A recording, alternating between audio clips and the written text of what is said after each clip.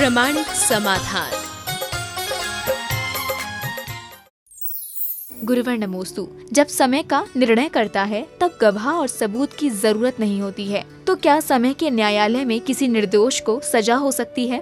देखिए, आपके कानून और कुदरत के कानून में यही मौलिक अंतर है। तुम्हारा कानून साक्ष्य के आधार पर निर्णय देता है और उसमें हमारे साथ वकील खड़ा होता है, पर कुदरत के कानून में किसी भी प्रकार के साक्ष्य जुटाने की ज़रूरत नहीं होती और किसी भी प्रकार की वकालत की ज़रूरत नहीं होती। वहाँ तो ऑटोमेटिक काम होता है, हमने कृत्य किया, परिणाम हमें भोगना पड़ेगा और समय के अनुरूप हम उसका परिणाम भोगते हैं। अच्छे का परिणाम अच्छा और बुरे का परिणाम बुरा। आज के कानून में कई बार कोई निर्दोष व्यक्ति फंस जाते हैं और सदोष व्यक्ति मुक्त हो जाते हैं, इसलिए कानून को अंधा कानून भी कह देते हैं, क्योंकि हमारे न्यायाधीश साक्ष्य से बंधे होते हैं।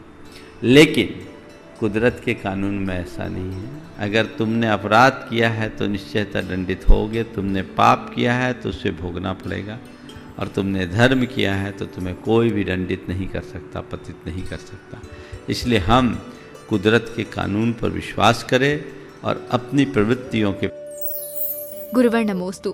लोग वक्त को नहीं समझते हैं और जब वक्त रहता नहीं टिककर तब लोग कहते हैं कि वक्त की आदत आदमी की सी है, तो आदमी की आदत वक्त की सी क्यों नहीं? काश मनुष्य वक्त के महत्व को समझे। हम लोग योजनाएं बनाते हैं और वक्त को यूं ही गंवा देते हैं। जो महान लोग होते हैं वो अपने हर क्षण का उपयोग करते हैं। हमें मान करके चले कि हमारा समय बहुत कीमती है और उस समय का हम सदुपयोग करें। जो समय का उपयोग करते हैं, समय उन्हें स्थायी स्थान दे देता है, और जो समय का दुरुपयोग करते हैं वे कहीं के नहीं रहते। तो हमें एक सीख लेनी चाहिए।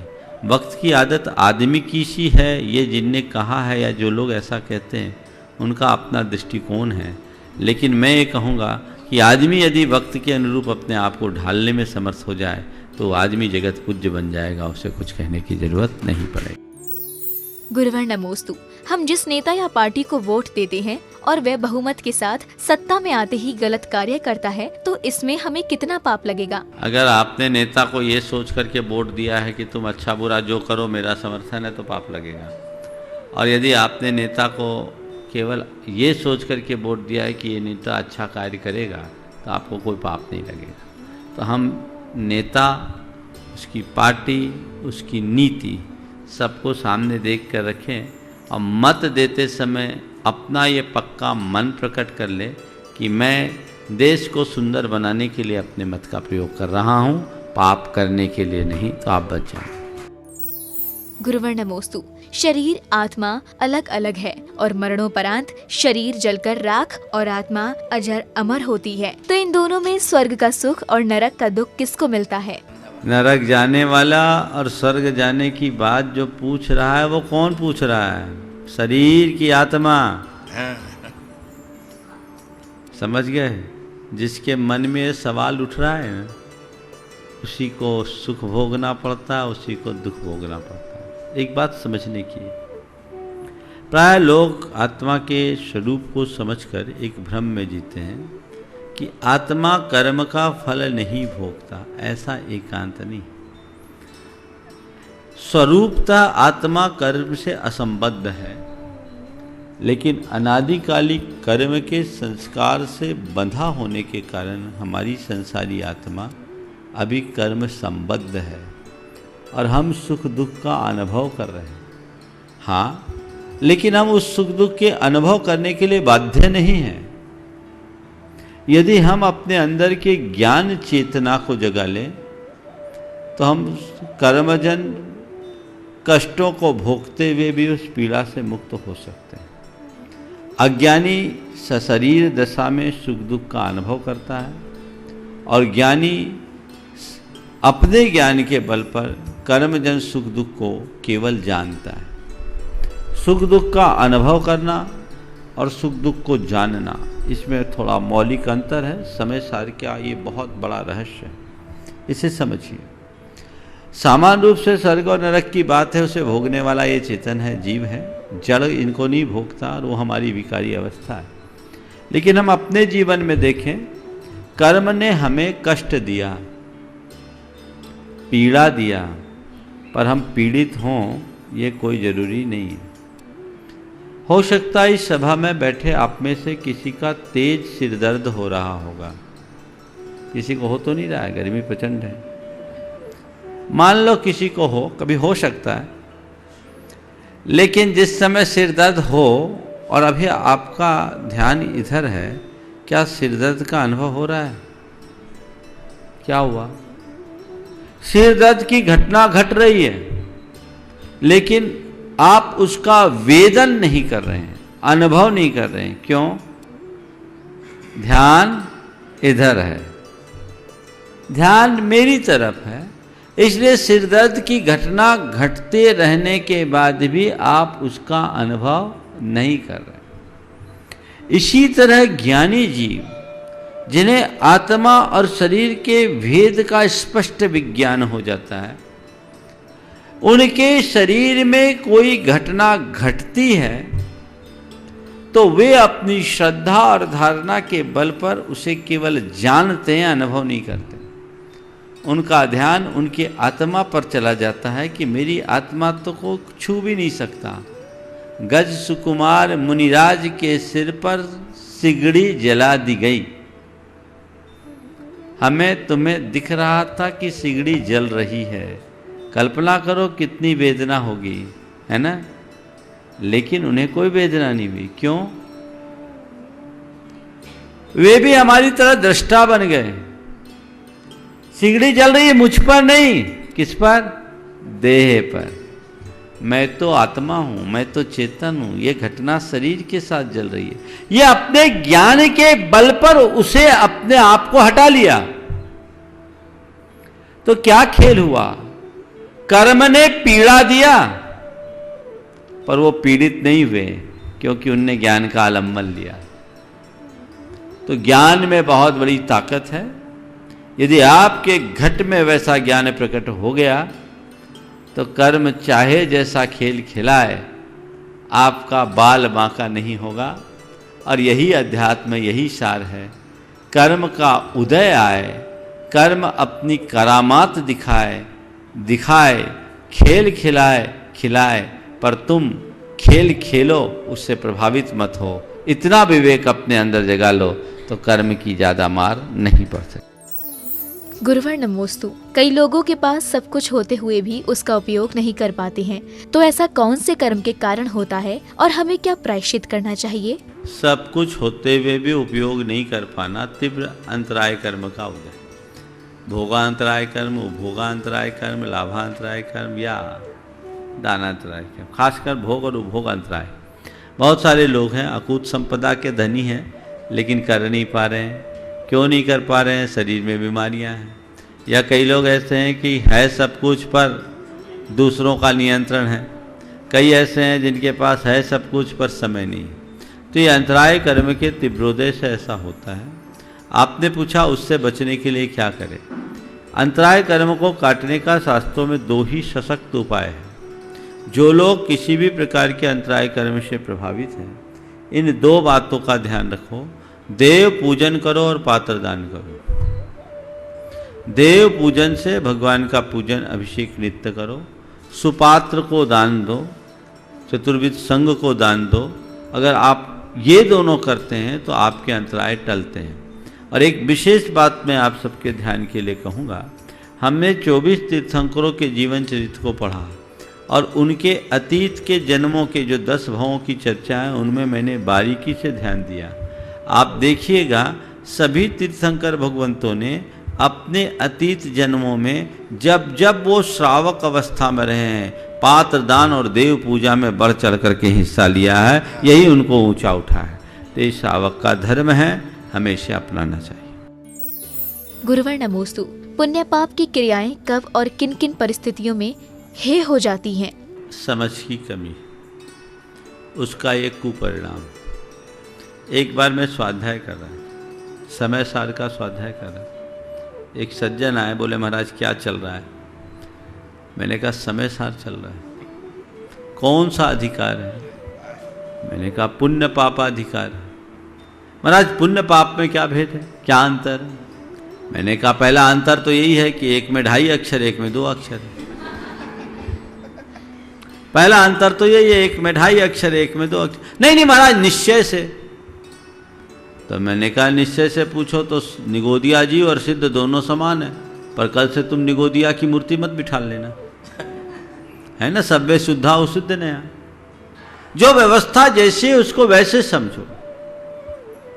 हमारे शास्त्रों में लिखा है, हेतु कार्य विशेषाभ्याम विशेष सात पुण्य पापियो, हेतु शुभा शुभो भावो कार्ये च सुखा सुखे। हेतु और कार्य की भिन्नता से पुण्य और पाप में अंतर है। पुण्य का हेतु शुभ भाव है और पाप का हेतु अशुभ भाव है। पुण्य का कार्य सुख प्रदान करना है और पाप का कार्य असुख प्रदान करना है। ऐसा आचार्य अमृतचंद ने अपने तत्वार्थ सार में उल्लिखित किया। इस पूरे प्रकरण को यद्यपि पहले मैं अनेक बार रख चुका हूं, फिर भी सार में आज आप सबकी कंसेप्ट को ठीक करने के लिए रख रहा हूं। 4 बातें ध्यान में रखने योग्य है।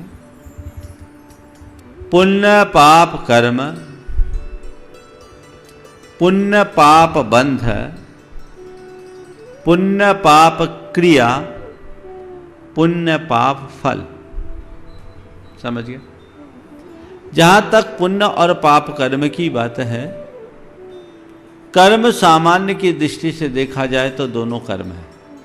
पुण्य भी कर्म है, पाप भी कर्म है, तो कर्म है, ठीक है। हम पुण्य को बहुत अच्छा और पाप को बुरा माने नहीं, कर्म को तो कर्म मानो, चाहे पुण्य कर्म हो या पाप कर्म। अब पुण्य पाप बंध की बात करो तो जैसे जैसे हमारी आत्मा में विशुद्धि बढ़ती है, पुण्य का बंध बढ़ता है, पाप का घटता है। तो कोई भी साधक पुण्य के बंध से नहीं बच सकता, चाहे वो तीर्थंकर भी क्यों ना हो। जैसे जैसे हमारे गुणस्थानों की विशुद्धि बढ़ती है, पुण्य का बंध बढ़ता जाता है, बढ़ता जाता है, बढ़ता जाता है, क्योंकि पुण्य विशुद्धि के फल स्वरूप प्रकट होती है। विशुद्धि का मतलब ही है कि साता आदि शुभ कर्म के बंध योग परिणाम को विशुद्धि कहते हैं और असाता आदि पाप कर्म के बंध योग परिणाम को संक्लेश कहते हैं।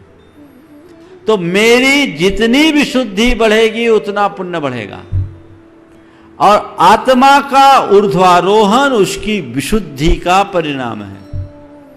इसलिए 10वें गुणस्थान के आखिरी समय में साता वेदनी यश कीर्ति और उच्च गोत्र जैसे पुण्य प्रकृति का जब तक सर्वोत्कृष्ट अनुभाग बंध नहीं होता तब तक किसी को केवल ज्ञान नहीं होता। तो पुण्य का बंध तो चलेगा ही। तुम सोचो मुझे पुण्य नहीं बांधना, तो क्या करोगे? संक्लेश करो, पाप बंधेगा। तैयार हो? जो कहे मुझे पुण्य नहीं बांधना वो पाप बांधेंगे। भगवान की वाणी है, वो छूटेगा ही नहीं, वो तो चलते रहना है। कहीं हम कर्म सिद्धांत की दृष्टि से देखें तो कोई भी जीव उत्तरोत्तर जो आगे बढ़ेगा पुण्य के बंध को रोक नहीं सकता। हाँ, वो पुण्य के बंध के लिए नहीं कर रहा है, लेकिन पुण्य बंधेगा, वो विशुद्धि का फल है, ऑटोमेटिक आएगा। अब पुण्य पाप क्रिया, पुण्य पाप क्रिया ये दोनों अलग अलग क्रिया है। पाप क्रिया विशुद्धतया आत्मा का पतन कराती है और पुण्य की क्रिया आत्मा को पाप से बचाती है। पाप से बचने के लिए पुण्य की क्रिया कथनचित उपादेय है, लेकिन ये बात सही है कि तुम पुण्य की क्रियाओं में ही लगे रहोगे तो आत्मा में नहीं डूब पाओगे। आत्मा में डूबना है तो जैसे पाप की क्रिया से तुम मुक्त हुए, पुण्य की क्रिया से भी मुक्त हो। मुक्त हो तो फिर क्या करूं? मैं छोड़ दूं व्रत आदि को? जो महाव्रत आदि साधु ग्रहण करते हैं उनको त्याग दूं? त्यागना नहीं है, विकल्प से ऊपर उठो। समझ गए? पुण्य की क्रिया से ऊपर उठ करके, पुण्य पाप की क्रिया से ऊपर उठकर जब तुम आत्मा में डूबोगे तब तुम्हें परम निर्वाण की प्राप्ति होगी। समझ गए? तो पुण्य की क्रिया जब तक पाप नहीं छूटा तब तक उपादेय है, और पाप से उपरत उठ गए हो गए तो फिर तुम पुण्य कर रहे भैया, इससे भी ऊपर उठो। ये तुमको अटका सकता है, भटकाएगा तो नहीं लेकिन अटकाएगा। इसलिए पुण्य की क्रिया से उपरत होने की कोशिश करो। ये विषय बहुत अच्छा है। पुण्य पाप फल, संत कहते पुण्य का फल हो या पाप का फल, दोनों में समता रखो। तुम पाप के फल को तो बुरा मानते ही हो, पुण्य के फल को भी अच्छा मत मानो, क्योंकि पाप का फल आत्मा का जितना अहित करता है, पुण्य का फल उससे ज्यादा अहित कर सकता है। कैसे कर सकता है? पुण्य का फल भोगोगे तो क्या करोगे? बोलो, क्या करोगे? पाप। तो पाप का बीज हो गया ना, तो तुम्हारा हित होगा या अहित होगा? पुण्य का फल है क्या? भोग विलास, और भोग विलास में आना है पाप। तो क्या करो? पुण्य की क्रिया को मत छोड़ो, पुण्य के फल को त्यागो। आज लोग पुण्य के फल में तो मगन है, क्रिया छोड़ो। ये बिल्कुल गलत अवधारणा है। गुरुदेव से एक बार जब वो हमें रत्नकंठ सावकाचार्य पढ़ा रहे थे, तो मैंने ही सवाल किया कि गुरुदेव, कुछ लोग कहते हैं कि भगवान की पूजा हे बुद्धि से करनी चाहिए, क्योंकि पुण्य की क्रिया है। भगवान की पूजा हे बुद्धि से करनी चाहिए। गुरुदेव ने कहा उनका उपदेश हे बुद्धि से सुनना चाहिए। आचार्य समंत भद्र महाराज लिखते हैं, देवादिदेव चरणम परिहरणम सर्व दुख निर्हरणम काम दुही काम दाहिनी परिचुनिया दादृतो नित्यम। भगवान की पूजा को क्या कहा? काम दुही, मनवांछित पदार्थ देने की, और काम दाहिनी, अपने मन की कामनाओं को नष्ट करने वाली। आदृतो नित्यम परिचुनियात, रोज करो। कैसे? हे बुद्धि से नहीं, आदर उत्साह उमंग उल्लास से करो। इसलिए पुण्य पाप को अगर करूं तो पूरा 1 घंटे का सत्र छोटा पड़ेगा, लेकिन संकेतों में समझना है। पुण्य पाप कर्म समान है, बंध में मेरा जोर नहीं है। क्रिया मेरे लिए जब तक पाप से मैं मुक्त नहीं हूँ, मेरे लिए ही अपनाने योग्य है। गृहस्थों के लिए दान, पूजा, शील, उपवास रूप चारों पुण्य कारक क्रियाएं ही धर्म हैं। इनमें पुण्य का बंध तो होता ही है, पुण्य के बंध के साथ साथ पाप की निर्जरा भी ये करा देते हैं। समझ गए? पर पुण्य और पाप के फल की बात है, तो पाप के फल में समता रखो और पुण्य के फल का त्याग करो, तो जीवन आगे। गुरुवर नमोस्तु। आचार्य श्री के द्वारा वर्णित हाइकू में लिखा है, ठंडे बस्ते में मन को रखकर आत्मा को डुबाओ। तो इस हाइकू का क्या अर्थ है? ठंडे बस्ते में मन को रखकर आत्मा में डुबो। देखो, ठंडे बस्ते में रखो एक मुहावरा है। ठंडे बस्तों को रखने का मतलब क्या होता है? चीज़ों को टाल दो। मन में जो बातें आ रही है उसको कुछ काल के लिए टाल दो, उसे हटा दो, मन से नज़रअंदाज कर दो और आत्मा में डूबो। मन की बातों से प्रभावित होगे, मन में डूबोगे तो आत्मा में नहीं डूबो।